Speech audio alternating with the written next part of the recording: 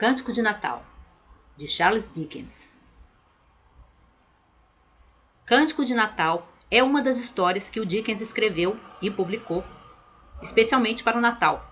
Ele tem mais umas 3 ou 4 novelas saindo nesses períodos do ano, na época em que ele era um escritor já consagrado, e Cântico de Natal é a mais famosa delas, e saiu em 1843. A história eu acho que boa parte das pessoas conhece, se não for através do texto, através de adaptações para o cinema, para quadrinhos e até para desenho animado. Na véspera do Natal, na noite de 24 para 25 de dezembro, o rico e avarento Ebenezer Scrooge recebe no seu local de trabalho, onde ele está mais uma vez maltratando o seu empregado Bob Cratchit, a visita do seu sobrinho, que toda a época de Natal visita o tio e o convida para cear com a família. O Scrooge, mais uma vez, recusa e tem palavras bem cruéis para falar do espírito natalino, para falar da caridade, da misericórdia com o próximo e para falar da própria existência das pessoas desvalidas.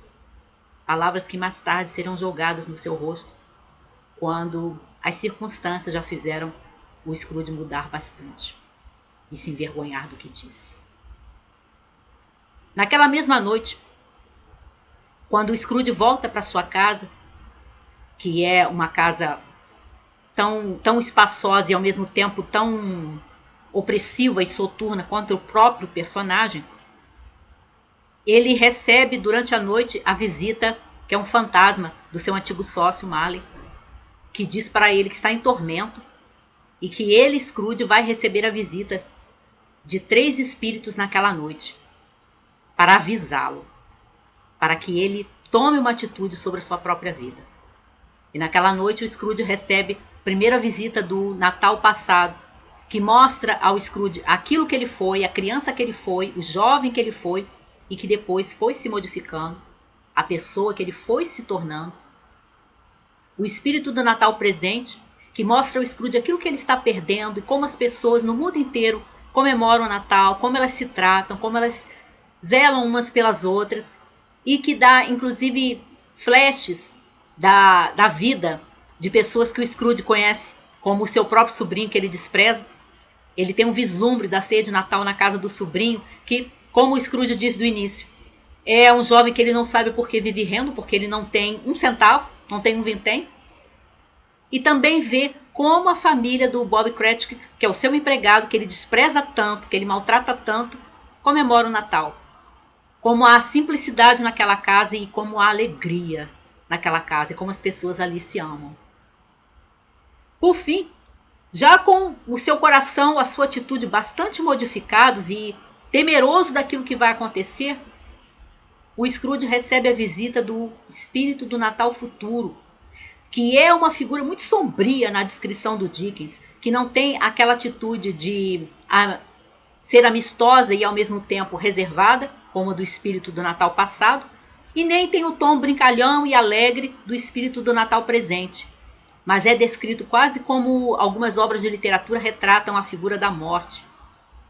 Ele não diz uma palavra, o Scrooge apenas o leva para ver aquilo que pode acontecer no futuro, se o Scrooge não se modificar.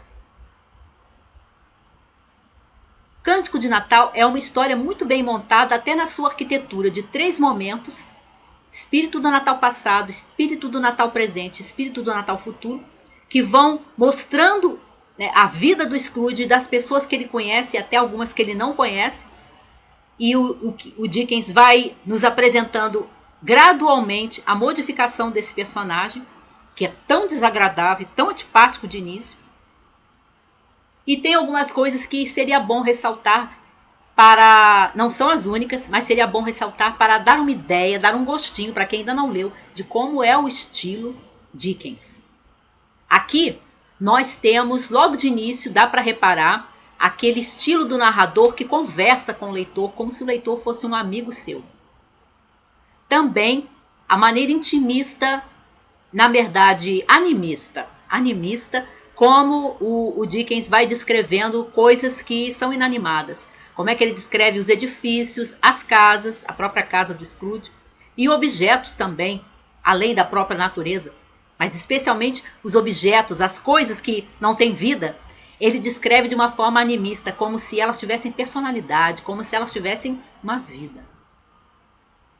E por último, é bom notar na parte final, quando o Scrooge está tão desesperado e tão temeroso daquilo que ele vai ver pelo Natal futuro, que ele fica perguntando sem obter resposta se aquilo é apenas uma possibilidade, que não precisa ser assim, porque ele tem uma outra atitude e vai se tornar outra pessoa.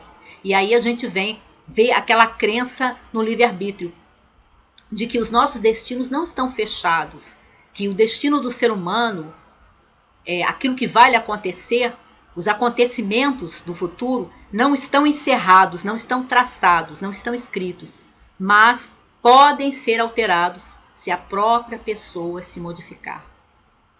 Ela pode alterar aquilo que vai lhe acontecer. Essa ideia não deixa de ter uma raiz muito clara no conceito do livre-arbítrio, que é um conceito teológico, ainda que discutido. Também eu gostaria de chamar a atenção, e eu não sou a primeira que diz isso, da semelhança que a gente vai encontrar no final, quando começa a descrever como é que a atitude do Scrooge, diferente, faz algumas pessoas, não todas, mas uma certa classe de pessoas rirem dele, como essa atitude se parece com a atitude do personagem narrador, falando de como agora as pessoas riem dele, mas ele não se importa, que é o mesmo que a gente vai encontrar aqui. O Scrooge não se importa de estarem rindo dele. Essa atitude vai aparecer numa novela escrita mais de 30 anos depois, em 1877, por um escritor russo, Dostoiévski, na novela Sonho de um Homem Ridículo. Eu vou deixar o link para o vídeo resenha dessa novela que eu fiz esse ano aqui embaixo, para quem quiser ver.